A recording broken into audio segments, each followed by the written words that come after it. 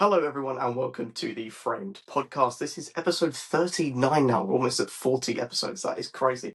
We are grateful for all of your support so far on all of the episodes. And as always, if you are new here, then do make sure to subscribe. And if you're listening on Apple Podcasts or Spotify, do drop us a follow and a rating as well. Make sure to, of course, head over and follow us on all the socials. But yes, welcome back to the Frame podcast. My name is Charlie, 1/3 of the Frame podcast. Last week you had Craig. A couple of weeks ago you had Ben talking about Disclosure Day, the other 2/3 of the podcast. This week you have myself talking about Illumination's latest film, Minions and Monsters. This film was a big surprise. Honestly, it's tricky to know where to even start. I think where I'm going to kick it off is the amount of fun that I had with this film, and the amount of fun that I didn't expect to have with this film. Truly, this film surprised me in all aspects. I think the honouring to cinema, the legacy of cinema that it captured, the filmmaking techniques that it went through the era of silent film, introduction of talkies. We look a little bit at modern cinema, but not too much. I would love for that to be a sort of follow-up movie to this, like a deeper dive into modern cinema. I think they could do some really good slapstick stuff with the Minions in the sort of modern era, but that's to come later on the episode. I have got some ideas for where I think they could take this one. But as you know, the film that we got, Minions and Monsters, very, very solid work. I gave it a 4-star, 8 out of 10. I think it's a very solid film. It's nice that we're looking at a different set, a different tribe of minions in this one. We're not following, your Stuart, Kevin, Bob, I believe it was, that we had in the past 2 installments of the Minions franchise. I honestly think it is the second best entry into the Despicable Me franchise. I think it's a great film. I think it comes second only to Despicable Me 2, which I still regard as like the creme de la creme of the franchise. I think that's when we hit our peak. And unfortunately, everything after that's kind of trailed off a cliff. But this is kind of getting back to those standpoints. I laughed. I had a great time. I think the animation is the best it's looked in a long time. I think this is one of Illumination's best animated films. Um, but it doesn't come without its unfortunate gripes, which I will get into. But I do want to start off talking about predominantly the positives, because I do think that is the big focus of Minions and Monsters, is that it is a good film. Um, my main thing is sort of, I don't know how the general audience is going to perceive this. Myself, as a big film fan, obviously doing things like this podcast, I understood a lot of the references. I got a lot of the jokes. I understood a lot of the sort of the cameos and the sort of references that we got. But I wonder how sort of general audiences, and also the key focal audience for this, which is kids, would respond to this film. It's going to be interesting to see. Obviously, we're only 5 days into release, and I guess a prominent amount of that will be film lovers like myself going to watch it.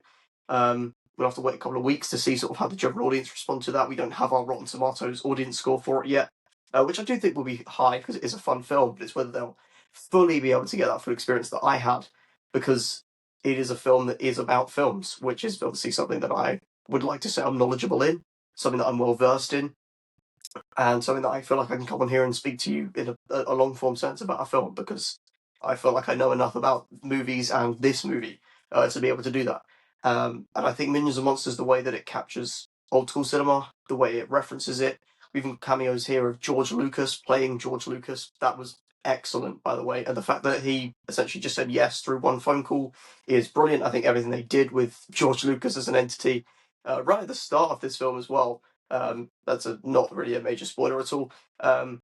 It's a really cool way to sort of shoehorn in these little references that I really liked, and was a really nice touch to the movie as a whole. Um, but no, to jump back to the sort of audience response, it's going to be interesting to see how that general audience responds to this, as opposed to a film fan audience or a film centric audience. Someone that understands film, is in the film industry, is definitely going to appreciate bits of this movie more than the general audience. But they have designed it in a way that the general audience can still 100% go into this and have a great time. You haven't got to be an avid Letterboxd user. You haven't got to be IMDb's #1 top user of the year. You haven't got to be, who's your sort of leading people. You haven't got to be like your Ali Plum, anyone like that. You haven't got to be, a film mastermind to understand Minions and Monsters. Underneath that, there is still the Despicable Me classic isms, if you will, of the franchise. You've still got the Minion fun, the chaos that comes with the Minion movie. You get all of that in there, but plus these added film things, which for me as a film fan is really, really cool, and something that I connected with and responded to quite nicely. Second thing I want to get onto, the cast of this film is insane. Christoph Waltz, Jeff Bridges, Jesse Eisenberg, and Zoe Douche. Um, why? Why was it so stacked? Who knows? But it worked so well. Christoph Waltz playing Max, which was our film director that the Minions first meet. Excellent casting, phenomenal voice work, really, really good. Jeff Bridges, I couldn't really pick out which character he was playing. I didn't even see his name in the credits, mind, but he is in this movie, and as I couldn't tell who he was, he must have done a masterful job at disguising his voice into his role, so fair play to you, sir. Jesse Eisenberg was a weird one. I've listened to him talk about the role, which in this one he plays Dort, the robot man, who's this really interesting character who you can perceive him as this robot from another planet, which is how he's set up as this sort of evil villain guy. But he could also just be a man in a really terrible robot costume, and you're kind of led down a rabbit hole to believe that for most of the movie. You do eventually get your answer of which side of that question he sits on. I'm not going to spoil that on here. That's something that you should go out and enjoy for yourself. But it's a really fun character in this movie. But as I said, Jesse Eisenberg's voice of this role it's unique. It's special. It's not Jesse Eisenberg. He's done a lot of good work in this to disguise his voice. A really good job at disguising his voice because I couldn't recognize it until, again, like I said, the credits roll when I was like, it's Jesse Eisenberg. I knew he was in the film, but I couldn't pinpoint which exact character he was playing. Really, really good job. Zoe did a fantastic job in her role. I think she voiced Debbie, who was sort of set up as like Dort's love interest in this. Again, really fun dynamic, really fun thing that the minions follow as well. You get to watch their relationship grow with all the minions around them, which is obviously a very unique thing for them to have to go through, surrounded by all those minions. But it's a really good thing. There's just a lot of really, really good things. I'm happy that I can come on here and just say really, really good things about Minions and Monsters because I think Despicable Me 3, Despicable Me 4 kind of felt unnecessary, kind of just like we're milking a franchise for the sake of it. I really felt that with Minions and Minions The Rise of Gru. I don't think we had enough legs to stand on to present this film. This one, not really, connecting to that wider story, not really needing to enhance any part of the franchise, just being this standalone Minion story, really worked. I mean, there's a blink and you'll miss it kind of line in this, which is that the tribe that we've been following for years, the one that is with Gru, they're not the only tribe of minions, and that opens up a plethora of questions. How many tribes of minions are there? How many minions are there on Earth? How long have they been on Earth? We followed that one tribe from when they got to Earth, which was around the caveman era. But how long have the minions been here? Have they predated us? We don't know.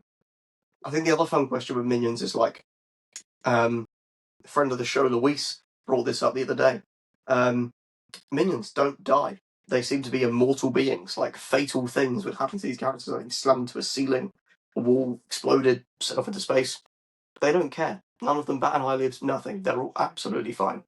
So yeah, that's another fun question to bring there. And they've now added in that there's all these different tribes of minions, which crazy. This one is like a tribe that travels the world on boats trying to find a leader, which obviously all minions are trying to do is just find their leader to follow. And we get a nice like little montage as we do in the previous Minions films of them trying to find their leader to latch onto, which obviously leads to your average classic Minion chaos. To move on to some negatives, I do think the movie's pacing is a little bit all over the place. We kind of spend 80% of this movie is first act, 5% is second act, and then 15% is the third act. Like, there's a lot of setup, a lot of introduction, a lot of telling us where we are before we get into the sort of the progression of the plot. Like, we don't really see a monster in the Minions and Monsters movie until about, I want to say, 2/3 through the runtime, which is, it doesn't hurt the film, but to have them in the title is certainly an interesting decision if they're only going to come into it that late. It feels like we then, once these monsters arrive, we quite rush what we're doing with them. It's very much like we have this point to get to and we need to get there. But instead of doing anything to get there, we just kind of get there. That can't really be explained any better. But like in your classic blockbuster, you'll have a point that a character has got to get to, like a location, and they'll have to go through all these different various things to get there. We kind of just go there. And it's like, yes, that's good, because sometimes complaints that we have with films is that there is too much holding a character back from getting to a location. But this was almost too convenient. That's just like, oh, we went there, and now we're leaving. And it's like, you did quite a lot of stuff to set up a first act. The movie's only 90 minutes. They could have definitely added in 5-10 minutes more to explain this bit a little bit further and give it a bit more, context, depth, and actual thought behind it. But again, as I said, doesn't hurt the movie in a majorly negative way, but it is something I wish they explored a little bit more. I think the monsters that we got in this, like Goomy, he's really funny. The jokes of like his rolls off the tendril stuff that you see in the trailer, that's really good. His leadership over the other monsters is really, really good. Forgive me, I can't remember two of the monsters' names, but Irene, who is the big like eyeball monster that's been in the majority of the marketing for this film, really fun and wacky stuff going on with her. Like things going on inside of the monster, things going on top of, around the sides. Like it's a really cool sequence, that final sort of battle sequence, if you will. It's a really, really fun time. That last like 15-20 minutes is like some proper good, like Despicable Me, Minion. Felt like the classic old return to form for the franchise, which for me is why I put it at the top. You could tell that this is of course directed by Pierre Coffin. He's the guy that has voiced the Minions across all of the movies so far. He directed the first two Despicable Me's. He also directed the first Minions film, and you can feel that. It feels like much more classic than the things we've got before. But, you can tell that he clearly has a passion for cinema, and he wanted to show that in this film. And it's not something initially that if you go, Love Letters to Cinema, Despicable Me, and Minions, combine that, peak. But this was, for me, it's something special. I think it's one that I can rewatch over and over and again. Rewatch over and over again, sorry. And I'm someone that really likes a movie that is about movies. Like I'm a big advocate for Babylon, Damien Chazelle. I'm a big advocate for Steven Spielberg's The Fabelmans. It's not really even about movies, but I feel like a movie that is very, seems like a movie in a way. That's a really, really bad way of explaining my point there. But La La Land is another one that I think falls in that category for me. But movies about movies, Cinema Paradiso, these kind of films are, for me, sort of modern classics. Obviously, Cinema Paradiso is not modern at all, but Fabelmans of Babylon, for me, are sort of what I would consider a modern classic and will be perceived to myself as a modern classic. I'm not going to put Minions and Monsters in there as a modern classic, but it's that more accessible, digestible, understandable, relatable version of that. And I think it's very nuanced, it's clever, and it clearly works because it's resonated with me in this way. And I think it's honestly monumental. I couldn't get my words out there. To be able to bring movie making and a passion for cinema, a love for cinema, present that through non-English speaking yellow blob creatures, and that be one of the best depictions of sort of honouring cinema that we've had in the past few years, is kind of crazy to say, but really fun and exciting to be able to say that they're able to take this franchise in directions like this and actually stick the landing in a franchise that where in 2024 when Despicable Me 4 came out, that I thought, this is it, like wrap it up, we're done now, we're clawing at straws, trying to pinpoint things together. You got like Gru with his baby and this dynamic that it doesn't feel right. You're shoehorning in the little sidekick character that every franchise seems to get in its fourth installment. They did it with Kung Fu Panda, then they're doing it with Despicable Me. This sort of like new protege character that comes in. I'm so tired of that trope. But then Minions and Monsters comes along, and it's fresh, it's new, it's got a new set of characters. It fits into the franchise really nicely, but it's also this great love letter to cinema. And it's like, yeah, okay, maybe there is more to do with this franchise. Illumination as an entity, as an animation studio, they have solidified themselves recently as in the top three. By that, I'd probably go Pixar, DreamWorks, and themselves, Illumination. Obviously, you've had in the past 16, 15 years, Despicable Me, Single Life of Pets. You've got that Timothée Chalamet film coming out next year with Selena Gomez, Not Alone. You've got the Mario movies, they're Illumination as well. They're doing great, great, great, great stuff. And, I think if they continue to do things like Minions and Monsters, they will solidify themselves even further into that top three, could even move themselves up the rank to top two, top one. Obviously, no one wants to be top one, you've got nothing to chase.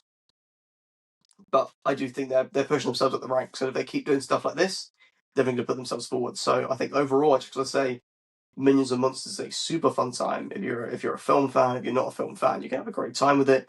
It's funny, it's quirky, it's certainly unique, but it is what I feel is a good and right step forward for the Despicable Me franchise, and one that people do need to get out there and watch.